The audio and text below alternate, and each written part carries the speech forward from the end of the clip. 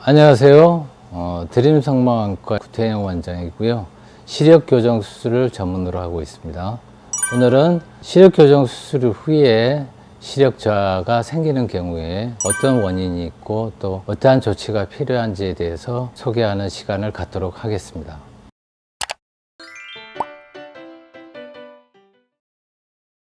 시력교정 수술을 받기 위해서 병원을 방문하시는 분들이 가장 많이 하는 질문 중에 하나가 혹시 수술을 하고 나서 시력이 더 떨어지지 않는지에 대한 걱정을 많이, 그거는 당연한 질문이라고 생각을 하고요. 좋은 시력이 영구적으로 꾸준히 다 유지되는 건 아닙니다. 근데 일부에서는 시력이 떨어지는 경우도 있긴 하지만 다양한 수술 기술이 발달했고 또 수술 장비도 발달을 했기 때문에 시력이 떨어지는 경우가 과거에 비해서는 많이 줄었고요. 또 시력이 떨어지더라도 적절하게 조치해서 좋은 시력을 유지할 수 있는 다양한 방법들이 있기 때문에 너무 걱정하지 않으셔도 되겠습니다. 그래서 시력 교정 수술에 대해서 먼저 말씀을 드리면, 널리 알고 있는 라식이나 라섹, 스마일 라식과 같이 레이저를 이용해서 각막 표면을 시력 도수만큼 레이저로 깎아서 시력을 교정하는 방법이 있고요. 눈이 너무 나쁘거나 또 각막 두께가 너무 얇기 때문에 레이저로 하는 수술이 불가능해서 하는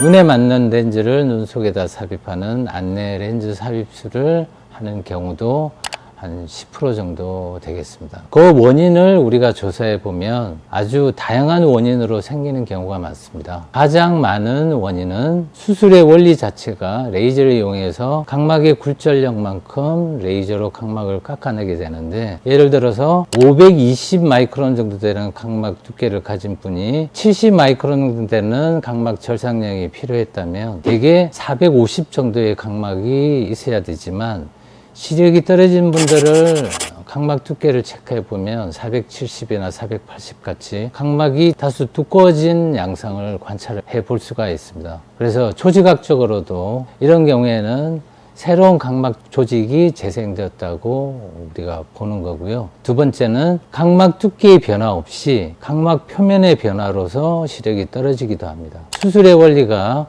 각막을 레이저로 깎게 되면 각막 표면이 평평해지는데, 45 디옵타 정도의 굴절력을 가진 사람이 5 디옵타를 교정을 했다면 40 정도의 굴절력을 가지고 있어야 되는데, 그렇지 못하고 그와 높은 정도의 굴절력을 가지고 있다면 각막 모양이 변화했다고 보는 것이죠. 또 세 번째는 아주 드물긴 하지만 수술 후에도 서서히 근시가 진행되는 경우도 있을 수가 있고요. 또 드물게는 심한 안구건조증, 또 유행성 각혈망증과 같이 각막의 굴절력을 변화시킬 수 있는 그런 질병을 앓은 이후에도 시력이 떨어지는 경우가 있겠습니다.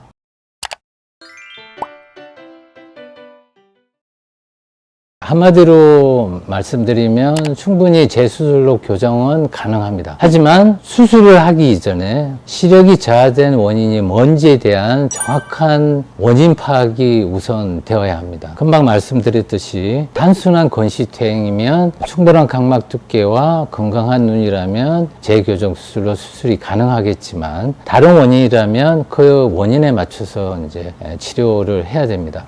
가장 흔한 원인이 건조증에 의한 각막의 일시적인 변화 때문에 시력이 떨어지는 경우가 가장 흔합니다. 그래서 시험을 앞두고 과도한 컴퓨터 사용이라든지 일시적으로 스트레스를 받게 되면 시력이 떨어지기도 합니다. 이런 분들은 적극적인 안구건조증 치료를 하게 되면 원래의 시력대로 돌아오는 경우가 아주 흔하게 있고요. 또 때로는 안과적인 질환이 발견되는 경우도 있습니다. 백내장이라든지 망막 질환이 있는 경우에는 그에 맞춰서 치료를 하시면 되고요. 아주 드물긴 하지만 과도한 각막 절상으로 인해서 각막 모양에 좋지 않은 변화가 일어나는 경우가 있어요. 일명 각막 확장증이라고 하는데요. 이런 경우에는 다른 특별한 치료가 필요할 수도 있고요. 정확한 원인 파악이 우선되어야 합니다.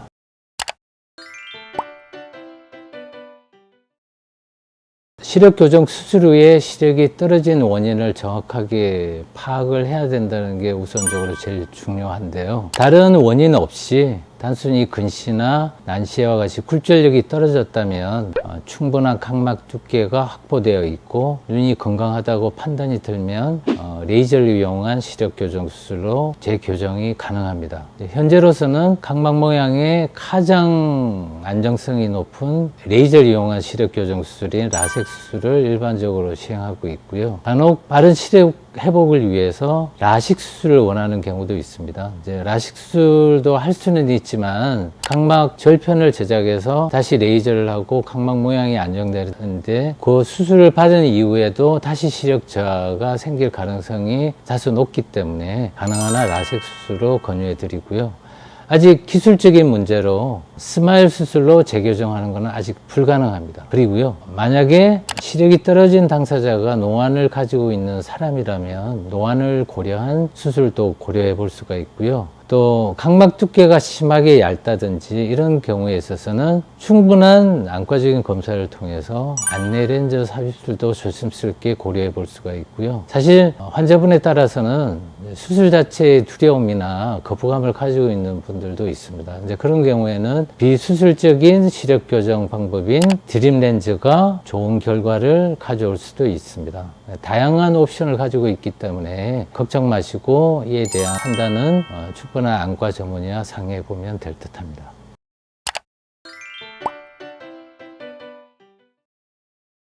많긴 하지. 제 환자분 중에서도 과거에 엑시머 레이저 수술을 받고 초기에는 좋은 시력을 유지하다가 한 10년 후부터 서서히 시력 저하가 생기면서 가까운 안과를 방문을 했는데 재수술은 불가능하다, 이런 이야기를 듣고 포기하고 사시다가 최근에 방문하고 제가 검사를 한 결과 충분한 각막 두께와 전반적인 안과적인 검사에서 재수술에 대한 전혀 문제가 없다는 것을 알고 라섹 수술로 교정을 받고 만족도가 굉장히 높아서 자기가 하시는 일에 대해서 그래서 너무 고마워하시는 분들도 있었습니다. 그래서 제가 주위의 조언을 참고하지 마시고 객관적인 전문 병원을 방문하셔서 상담을 하시면 좋은 해결책이 있을 거라고 생각이 듭니다.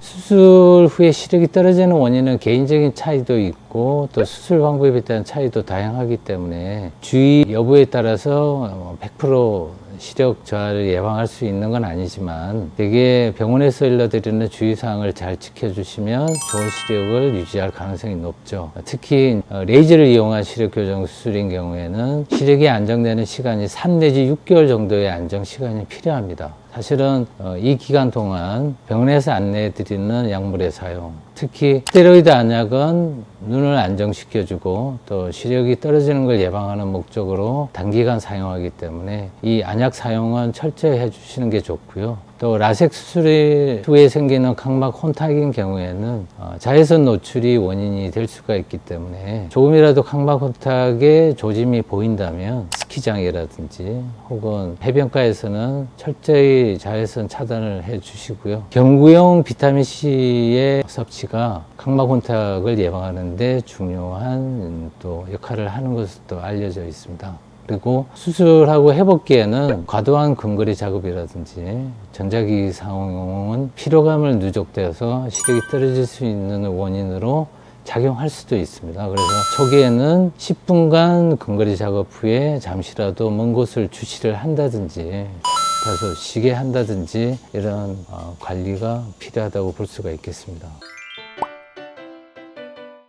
최근에는 다양한 시력 교정 수술의 방법이 나와 있고요. 정밀한 검사를 통해서 안전한 시력 교정 수술을 하면 좋은 시력이 나올 가능성은 많아졌지만 때로 시력이 다양한 원인에서도 시력이 저하될 수도 있지만 이를 해결하는 다양한 방법들이 나와 있기 때문에 두려워하지 마시고 전문의와 상의하는 게 중요합니다. 감사합니다.